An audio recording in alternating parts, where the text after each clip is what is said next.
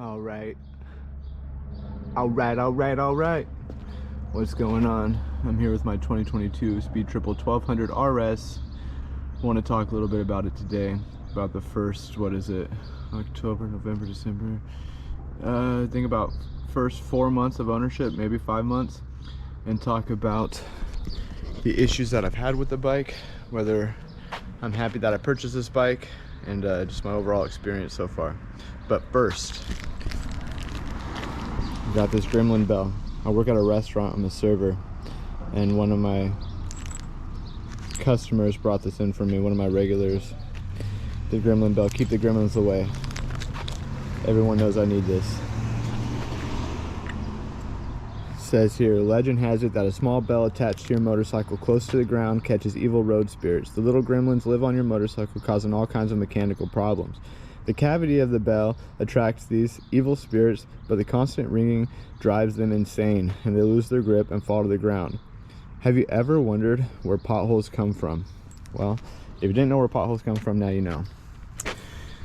No, it's not Jixer Bros crashing their bikes causing the potholes. It is gremlins. So I think the only place really to put this on my bike is going to be down here on the spring for the kickstand. So I think that's where I'm going to do it. This is one of the cooler gifts that I've gotten in a long time. I think it's pretty dope that they got this for me. I think it's cool that they were thinking about me. It's an older couple. They used to ride bikes. They're really nice people. They come in a lot. I don't know. I think it's pretty cool they got this for me. I got one on my other bike. I haven't gotten one on this bike yet. Pretty neat.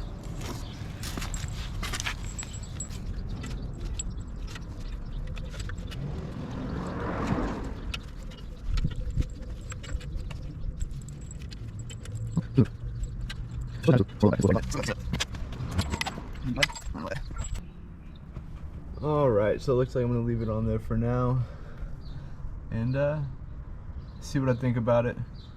Should be all right there. I can't think of anywhere else to put it. I'm not gonna put it close to the chain. That doesn't make sense.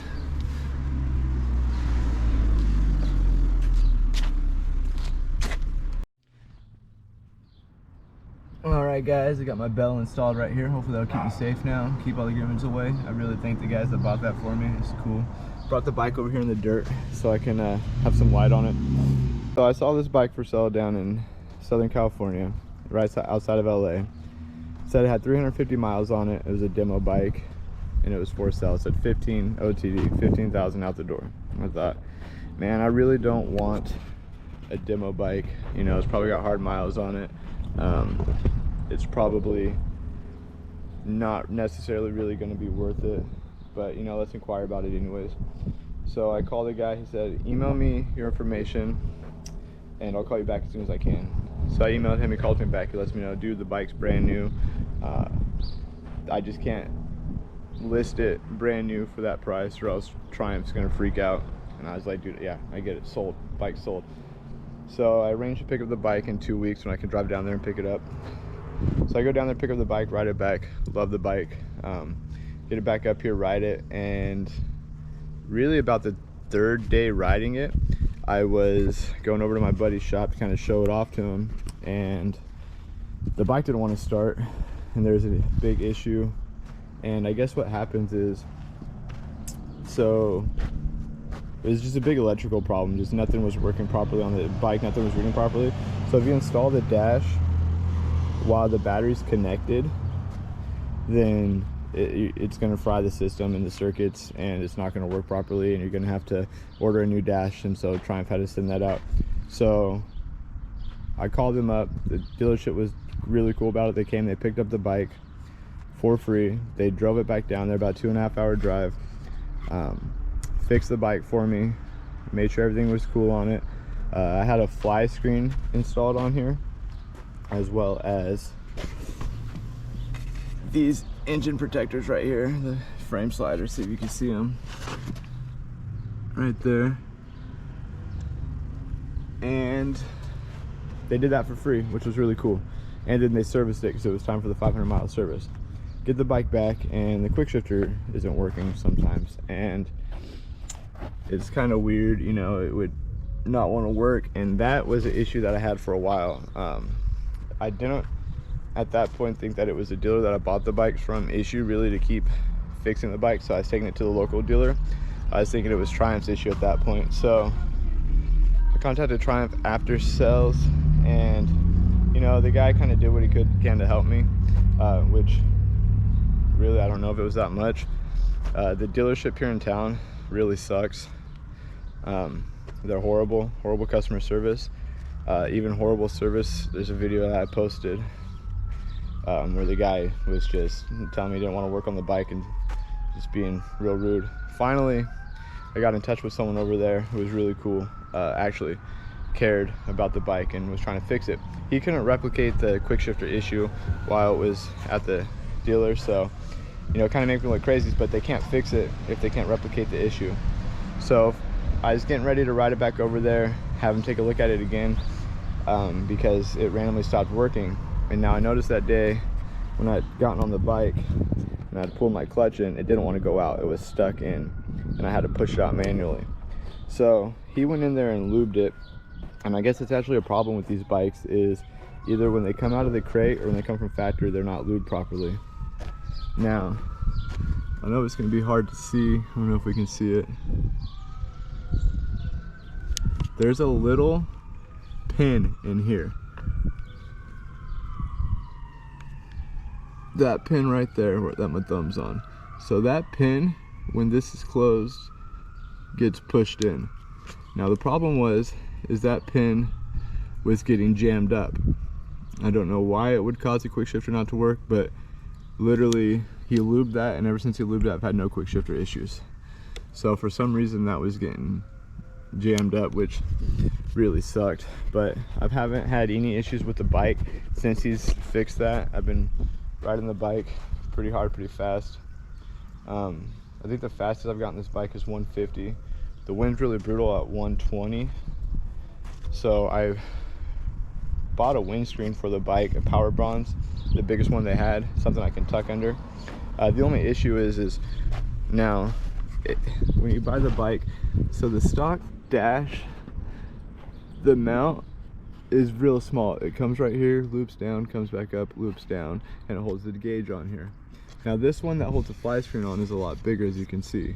So when they put the fly screen on for me, they didn't give me the original bracket back, so I can't mount the windscreen without the original bracket. So I'm waiting for them to send the parts for that, and once they do, I want to put the windscreen on, and then I should be able to keep up with the guys with the full fared bikes in the straights, because you know, without any windshield or any fairings to duck under, it is pretty brutal going 140, 150, but it's still possible. But what I love about this bike is the corners. This bike handles so well. It's very intuitive. It turns basically on its own. You think about turning and the bike does it for you. You know, I really like how you can set the modes in this bike. It's not too overly complicated. It doesn't give you a million different options, but it gives you enough to tweak it just how you like it.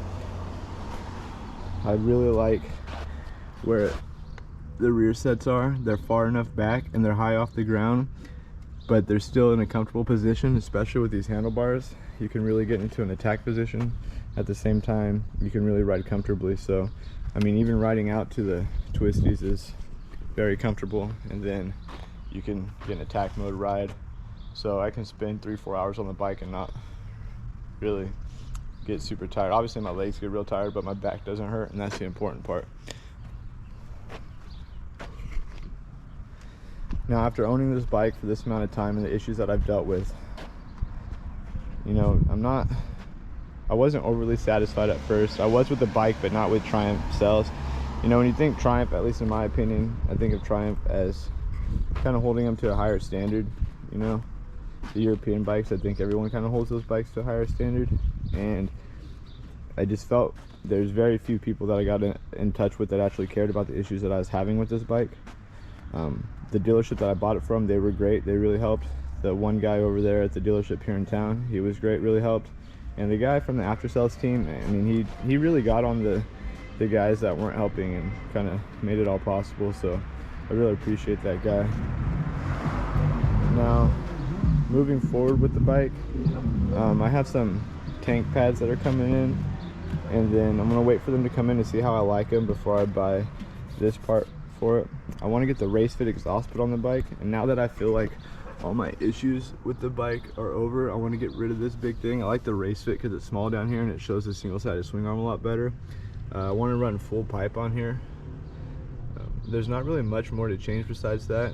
If there's a cool tune or flash, I'll put that on there, but I really don't want to mess up my warranty on the bike by doing too much.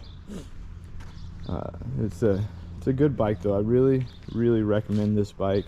I've had a great time with it. Now, at first I didn't like the double R's when they came out, but I've had a chance to sit on one. I'd like to get a chance to ride one and see how that fairing works out. But it's it seems super dope. But either this RS or the RR, I really do recommend it. I definitely wasn't satisfied at first. It's definitely been a purchase that I've spent a lot of time questioning, which when you're spending money like that, you don't like questioning the purchase. It wasn't the easiest thing that I've done. I've had to deal with a lot of issues, but now that those issues are dealt with, I'm pretty stoked on the bike. You know, all the distrust that was in my mind are gone, and overall I'm super happy. You ride in a Grom, so he's gonna come over here and say, but yeah, so I'm pretty stoked. What's up, bro? What is it? It's a Triumph Speed Triple 1200. What was it? Triumph Speed Triple 1200. No way. Yeah, you want to check it out? Yeah, definitely. All right, so dude stopped by with a Grom. Never met him before. He's driving by, seen the bike out here. Let me ride his Grom. First time riding a Grom. I kind of changed my mind about them. I used to think that they were bad starter bikes, but you know, it's a lot of fun. I still wouldn't really recommend it as your first starter bike, but I kind of get it now. It was a good time. So owning this bike has been a pain at the beginning, not gonna lie. So had issues with the dash, had issues with the bike, the key fob not wanting to start the bike, had issues, just complete electrical system just took a dive. Quick shifter not wanting to work. Everything's resolved on the bike now, and I am happy. I regained my confidence in the bike, regained my confidence kind of in the brand. I get it's the first gen, and I knew it was going to have issues. That's why I kind of waited about 8 or 10 months before I bought one, because I thought all the issues were worked out. The issues I've seen with the case not being tight enough, and the oil leaking, and with this coming off, I saw that those issues were all resolved. So, I mean, I wasn't worried about it. These other issues were issues that I hadn't seen yet. But, you know, it is what it is. I'm stoked that I got the bike. And you're going to see a lot more videos coming with it. I got a lot of cool ideas I'm going to do. So, I'll catch you guys next time. Peace.